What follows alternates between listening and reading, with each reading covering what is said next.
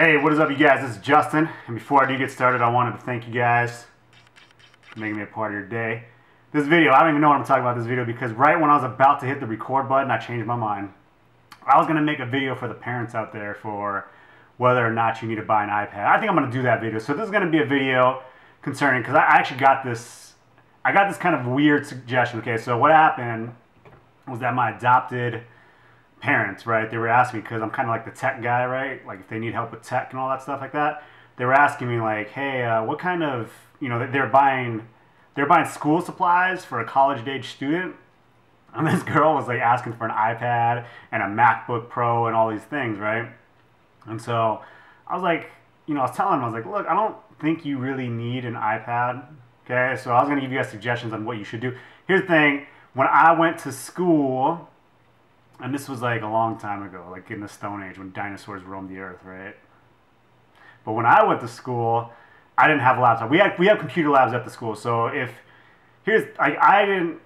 money was super tight with me and my parents. Like I couldn't afford a laptop. And back then laptops were super expensive. Like you couldn't get, like there was no laptops less than $1,000 at that time. Okay, so in general, what you need to remember for your student, right?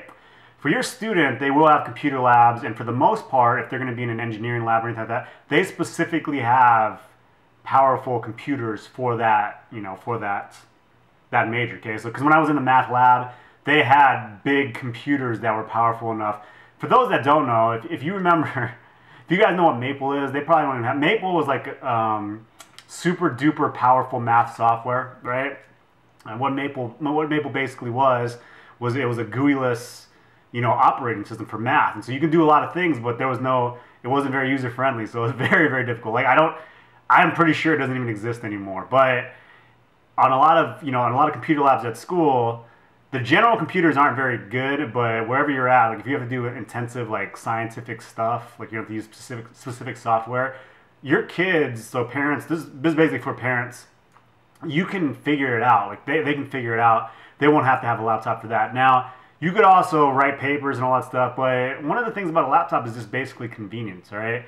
The way that you determine whether or not a student, here's the thing, students don't need iPads. There's not a student, well, you might need to put in the comment section, because I don't know any student in any major that would need, absolutely without a doubt, need an Apple iPad, you know what I mean?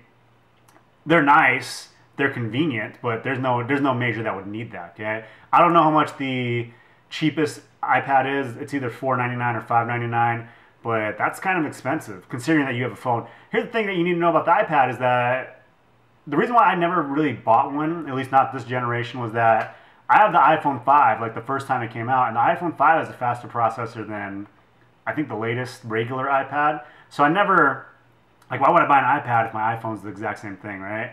So parents, kids don't need iPads. If you look at it like this, iPads are made for consumption, not human consumption, dummy, right? They're made for consumption, okay? They're usually not made to create anything. It's for consumption and convenience. Consumption means like you can watch movies on it, you can listen to music on it, you can consume info on it. So you can read a book on it, you can do a lot of things on it, but you would never create like a project. Even though an iPad can run iMovie, like you would never create a project. You would just much rather work on a laptop, okay? And when you weigh the cost now, because I actually use a MacBook Air, that MacBook Air now, like you can get a brand new one. Like if you go to Slick Deals and all that stuff, you can get a brand new one for around $750 if you put all the coupons right. So it's kind of like, would you rather have a $600 iPad or a $750 MacBook Air? Obviously, for convenience, if you're traveling a lot, you probably want the iPad. But a MacBook Air is tiny. Like I needed it to teach online because I go a lot of places and I have to have a powerful notebook where I can go online and teach classes, right? And a MacBook Air, I don't even know how much it weighs. It weighs like maybe 2 or 3 pounds, and it's right here. That's basically it. And I'm not gonna close it because I need the light in my face, right? So for parents, I don't recommend giving that. It's a nice gift, but the thing about Apple products is that they rotate every year. They're renewed every year, okay? But one of the good things about Apple products is that they never lose value, okay? But another bad thing is that a lot of people steal them. So if you're a student in general loses a lot of things, then that Apple iPad may not be what you want to go to for that, okay? I recommend a laptop if you have money. If you saved up a little money, the MacBook Air it's pretty tough to beat now. You can probably get a PC that's comparable for maybe a couple $100 less, but with the amount of apps and just the ease and the availability of a MacBook Air, at $750 with like combined with tax, so you have to pay tax on that. I can't think of a better laptop, so I'd recommend a MacBook Air. You can get, I think, the Chromebooks, right? Chromebooks can do a lot too, so I'm not really hip to that information. But basically what I wanted to tell parents out there was that you don't need to buy your student an iPad to be successful in college. I didn't even have a laptop when I went to college because we had so many labs, like we had so much technology that you can just go to whatever lab you wanted and use it, okay? And another thing you need to take into consideration too is that when you buy, a laptop, you got to buy software too. So for students, they do get a discount. So you got to think about, Microsoft Office, PowerPoint, Word, all that stuff. Well, Office is all that stuff, right?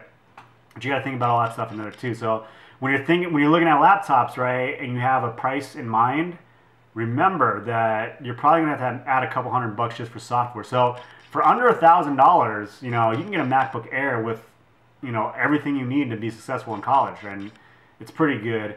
It's kind of expensive. That's kind of on the expensive side. Like if it was for me or my kid, that's what I would buy. But if I could find one for maybe like $500 or $600, I'd probably go that route as well. So topic was if you need to buy an iPad. No, you don't need an iPad. Okay. So other than that, if you're a college age student, put in the description how you need an iPad.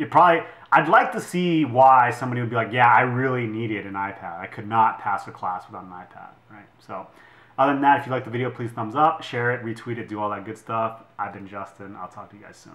Okay, bye.